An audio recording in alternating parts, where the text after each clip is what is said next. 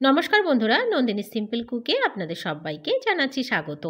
আজকে তৈরি করেছি একদমই নতুন একটি টিফিন রেসিপি, একদমই ইউনিক। আর এই রেসিপিটি এতটাই টেস্ট হয়, একবার বানালে আবারও বানানোর ইচ্ছে হবে। আর এই রেসিপিটি আশা করছি বাচ্চা থেকে বড় সবার ভীষণ ভালো লাগবে। একদমই নতুনভাবে ঘরোয়া কিছু জিনিস দিয়ে আজকের এই রেসিপিটি তৈরি করলাম। পুরো ভিডিওটা দেখার অনুরোধ রইল বন্ধুরা। যদি ভালো লাগে একটা লাইক করার অনুরোধ রইল, আর অনেক অনেক শেয়ার করে দেওয়ারও অনুরোধ রইল। তাহলে আর দেরি না করে চলুন বন্ধুরা, রেসিপিটি দেখে নেওয়া যাক। আজকের এই রেসিপি তৈরি করার জন্য প্রথমে এদিকে একটা বোলে নিয়ে নিলাম সেদ্ধ করা আলুগুলোকে আমি প্রথমে সেদ্ধ করে জল ছড়িয়ে রেখেছি। আলুতে যেন কোনো রকম জল না থাকে সেদিকে খেয়াল রাখবেন। এবার একটা মেশারের সাহায্যে খুব ভালো করে আলুগুলোকে ম্যাশ করে নিচ্ছি। আলুগুলো যেন কোনো রকম দানাদার না থাকে সেদিকে একটু খেয়াল রাখবেন। দিয়ে দিচ্ছি হাফ চামচ গোটা জিরে, দিয়ে দিচ্ছি ছোটো চামচ মেপে 1 চামচ হলুদের গুঁড়ো, দিয়ে দিচ্ছি হাফ চামচ লাল লঙ্কার গুঁড়ো, আর দিয়ে দিচ্ছি হাফ চামচ গরম মশলা গুঁড়ো, দিয়ে দিচ্ছি স্বাদ মতো লবণ, দিয়ে দিচ্ছি হাফ চামচ মতো ধনে গুঁড়ো, আর দিয়ে দিচ্ছি হাফ চামচ গোটা জিরের গুঁড়ো। এবারে দিয়ে দিচ্ছি 1 চামচ চিলি ফ্লেক্সটা যদি না থাকে তাহলে এখানে লঙ্কার গুঁড়োটা আরেকটু বাড়িয়ে দিতে পারেন। ঝালটা আপনারা আপনাদের স্বাদ অনুযায়ী দেবেন। এবারে দিয়ে দিচ্ছি কসুরি মেথি। এখানে আমি বেশ খানিকটা কসুরি মেথি নিয়ে হাতের সাহায্যে ভেঙে দিয়ে দিচ্ছি। কসুরি মেথিটাও যদি না থাকে আপনাদের কাছে তাহলে এখানে ধনেপাতাও দিতে পারেন। খুব ভালো করে মিশিয়ে নিলাম। তো দেখুন আলুটাতে কিন্তু একদমই জল নেই, এরকমই আলুটাকে মেখে নিতে হবে। এবারে এদিকে আবারও একটা বোলে নিয়ে নিচ্ছি গমের আটা। এখানে আমি 4 কাপ মেপে 3 কাপ গমের আটা নিয়েছি। আপনারা চাইলে এখানে ময়দাও ব্যবহার করতে পারেন, আমি আটা দিয়ে করছি। এবারে 1 চামচ কালো জিরে আমি ভেঙে দিয়ে দিচ্ছি। কালো জিরেটা দিলে রেসিপিটি খেতে অনেক বেশি ভালো লাগবে। দিয়ে দিচ্ছি এখানেও অল্প পরিমাণে লবণ, যেহেতু আমরা আগে একবার আলুতে লবণ ব্যবহার করেছি সেই পর্যায়ে এখানে লবণটা একটু পরিমাণ মতো দিতে হবে।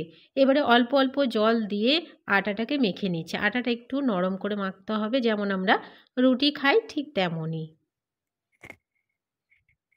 অল্প অল্প পরিমাণে জল দিয়ে আটাটাকে মেখে আমি রেডি করে নিলাম। আটাটাকে রেখে দেওয়ার কোনো প্রয়োজন নেই। এবারে হাতে একটু তেল ব্রাশ করে নিচ্ছি আর অল্প পরিমাণে একটু ডো নিয়ে নিচ্ছি। অল্প পরিমাণে একটু ডো নিয়ে একটা প্রথমে বল তৈরি করে নিচ্ছি। এবারে একটা বাটি শেপ দিয়ে নেব। বাটিটা একদমই পাতলা করে করে নিতে হবে আর একটু বড় করে করে নিতে হবে। যতটা পারবেন পাতলা করে তৈরি করার চেষ্টা করবেন, না হলে পুর দিয়ে ভেতরে যখন আমরা তৈরি করব ভেতরে কাঁচা থেকে যাওয়ার ভয় থাকবে। এবারে বেশ খানিকটা পুর দিয়ে চারিদিক থেকে মুখটাকে বন্ধ করে দিচ্ছি।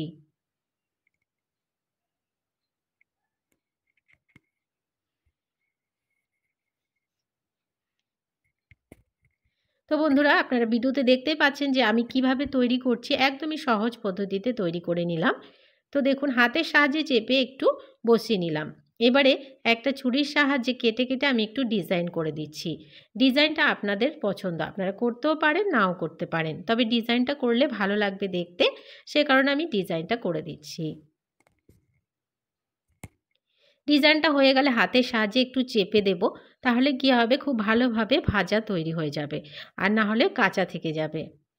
খুব ভালোভাবে তৈরি করে নিলাম একটা। দেখুন আমি অনেকগুলো তৈরি করে নিলাম, কতটা সুন্দর দেখতে হয়েছে দেখে বুঝতেই পারছেন ভিডিওতে। এবারে এদিকে একটা কড়াই বসিয়ে দিচ্ছি। কড়াইতে দিয়ে দিচ্ছি পরিমাণ মতো তেল।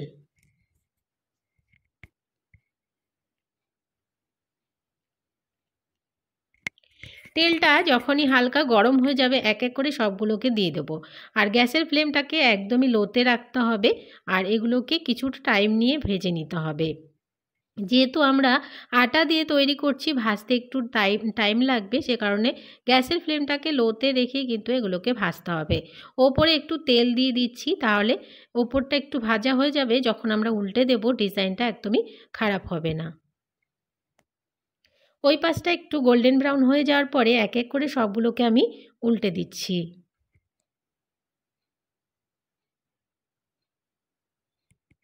অপর পাশটাকেও একটু ভেজে নিলাম। তো দেখুন এইগুলো একদমই ভেজে নেওয়া হয়ে গেছে, আমি নামিয়ে নিচ্ছি। আর বাকি আরও যেগুলো আছে সেগুলোকেও সেমভাবে ভেজে নিয়ে ফিরে আসছি। তো বন্ধুরা সবগুলো আমার ভেজে নেওয়া হয়ে গেছে, কতটা লোভনীয় দেখতে হচ্ছে আপনারা দেখে বুঝতেই পারছেন।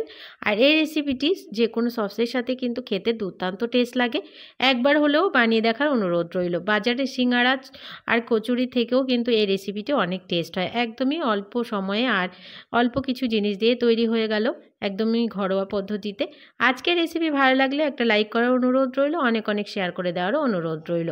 নতুন বন্ধু আমার চ্যানেলে যদি নতুন এসে থাকেন, আমার চ্যানেলটিকে সাবস্ক্রাইব করে আমার পাশে থাকার অনুরোধ রইল। পাশে থাকা বেল আইকনটাকে প্রেস করে অল বাটনে ক্লিক করতে ভুলবেন না, এই ধরনের রান্নার নোটিফিকেশনগুলো সবার আগে আপনাদের কাছে পৌঁছে যাওয়ার জন্য। আর আজকের রেসিপিটি কেমন লাগলো কমেন্টস করে জানাতে ভুলবেন না। আজকের মতন এখানে শেষ করছি, সবাই ভালো থাকবেন, সুস্থ থাকবেন।